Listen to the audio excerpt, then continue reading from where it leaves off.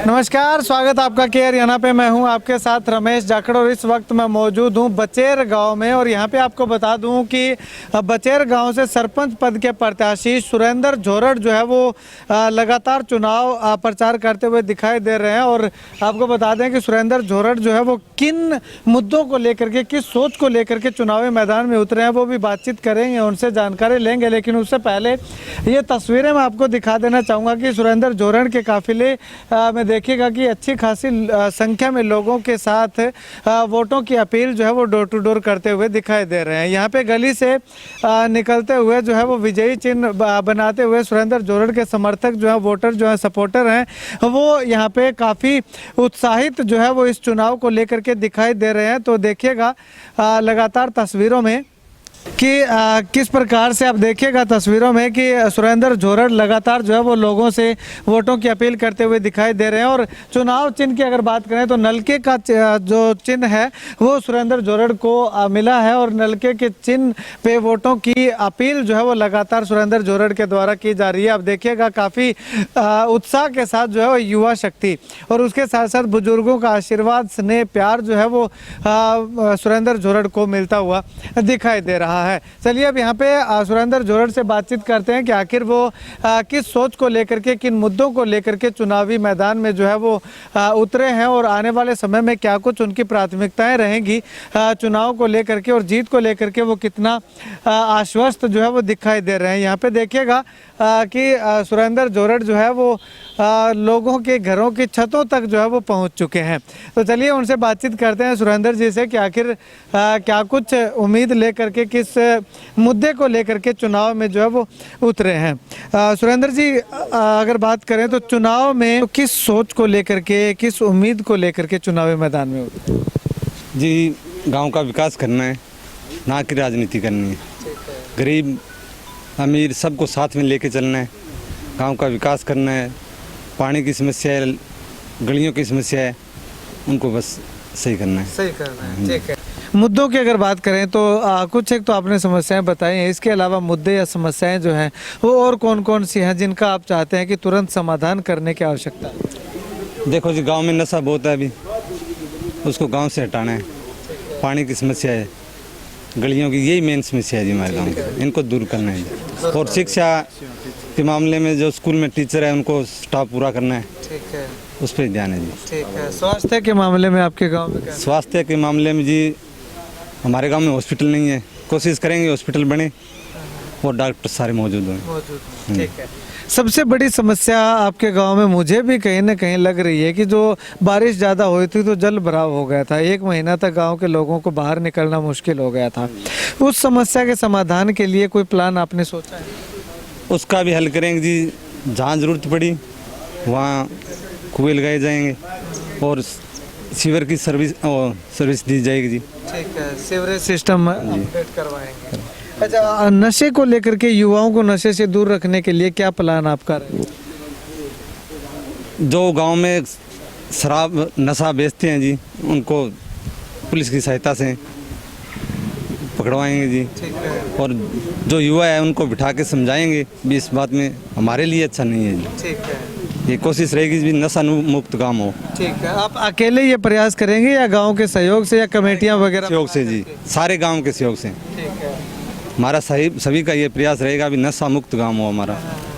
अच्छा, युवा नशे की तरफ ना जाएं, इसके लिए खेलों को बढ़ावा देने के लिए क्या प्रयास? खेलों को बढ़ावा देने के लिए हमारे ग्राउंड है उनको बढ़िया किया जाएगा जी। जो उनको सामान की ज़रूरत है वो मुहैया कराई जाएगी जी। ठीक है। इसके अलावा और क्या क्या समस्याएं? जो बसों की समस्या है, लड़कियां जो लटक करके जाती हैं, और लड़कियों के उत्थान के लिए किस तरह के प्रयास आपके द्वारा? हाँ जी, हमारे गांव में बसों की सर्विस बहुत कम है जी, उसके लिए भी हम प्रशासन से करेंगे भी हमारे गांव में जो स्कूल टाइम है उस पर बसें लगें। ठीक है। और इसके अलावा महिलाओं के उत्थान के लिए कोई खास प्लान आपने तैयार किया हो तो? महिलाओं के लिए जी सिलाई सेंटर है, उनमें जो उनको सिखाया जाएगा। ठीक है। गरीबों बच्चों को पढ़ाएंगे, उनको सिलाई का काम करवाएंगे। ठीक है। तो उससे उनका विकास होगा। ठीक है। एक अंतिम सवाल करूंगा, आपका चुनाव निशान जो है वो आपको क्या मिला है और आपके गांव के लोगों से आप क्या अपील करें? मेरा चुनाव नलकूप है जी।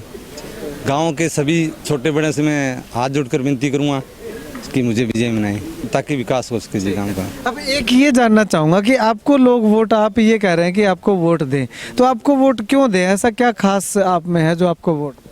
मैं सबका चाहता हूं जी। अच्छा, लोग मुझे चाहते हैं और मुझे उम्मीद है अभी वोट देंगे और मैं गांव का विकास करूंगा। ठीक है, यानी कि विकास के लिए हाँ आपको जी। वोट दें।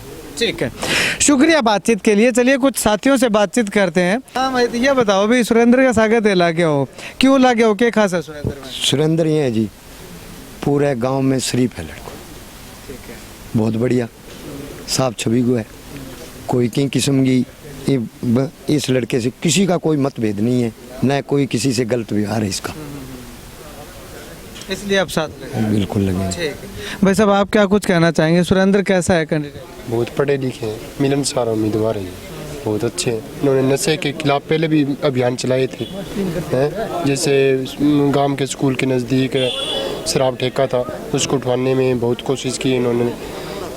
ठीक है, वो अब गांव से 2 किलोमीटर बाहर चला गया, बहुत अच्छा है। ठीक है भाई साहब, आपको क्या उम्मीदें हैं सुरेंद्र से? उम्मीदें हमारी बहुत बढ़िया है, हमारी विजय निश्चित है।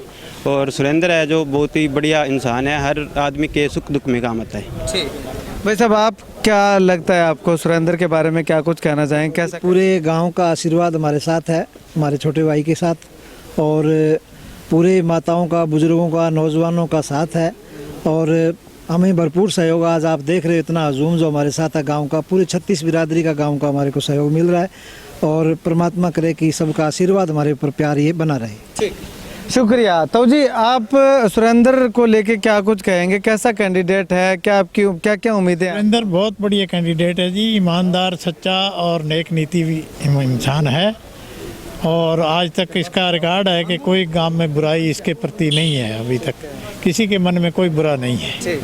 इसलिए हम इसके साथ लगे हुए हैं कि साफ छवि का आदमी है, इसलिए इसको आगे प्रोत्साहन करना चाहिए।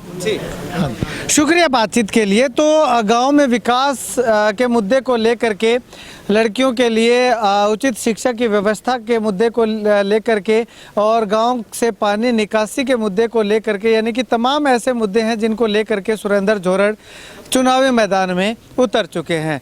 गांव के लोगों का जो उनके साथ हैं, जो उनके समर्थक हैं, जो उनको सपोर्ट कर रहे हैं, उनका कहना है कि सुरेंद्र एक साफ छवि का और नेक दिल इंसान है, इसीलिए वो उनके साथ जो है वो कंधे से कंधा मिला करके चलते हुए दिखाई दे रहे हैं। खैर आने वाले समय में गांव के लोग किसे अपना सरपंच चुनते हैं वो आने वाला वक्त बताएगा, लेकिन फिलहाल इस गांव के 2 प्रत्याशियों से हमने आपको रूबरू करवाया है कि किस सोच, किस उम्मीद को लेकर के चुनावी मैदान में उतरे हुए हैं।